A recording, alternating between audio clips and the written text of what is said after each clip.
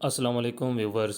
وزیر خزانہ نے پٹرول کی قیمتیں بڑھانے کا الزام سابق حکومت پر لگاتے ہوئے پٹرول کی قیمت میں مزید اضافے کا عندیہ دے دیا۔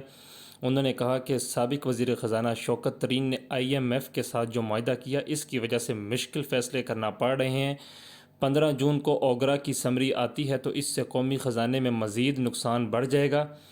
وزیر خزانہ کا کہنا تھا کہ پچھلی حکومت کے معاہدے کے مطابق پٹرول 2 ماہ پہلے ہی 30 روپے مہنگا ہو جانا چاہیے تھا، اور اگر پٹرول کی قیمت نہ بڑھاتے تو روپیہ مزید گرتا اور مہنگائی آتی، جبکہ حکومت اب بھی پٹرول پر 8 روپے سبسڈی دے رہی ہے اور 23 روپے کا نقصان ڈیزل میں رہ گیا ہے۔ سابق وزیراعظم عمران خان کا روس سے تیل خریدنے کے بیان کو تسلیم کرتے ہوئے کہا کہ حکومت جانے سے 3 روز پہلے PTI حکومت نے روس کو خط لکھا تھا جس کا آج تک جواب نہیں آیا۔ اگر روس 30% سستی گندم اور تیل دے گا تو ہم لے لیں گے۔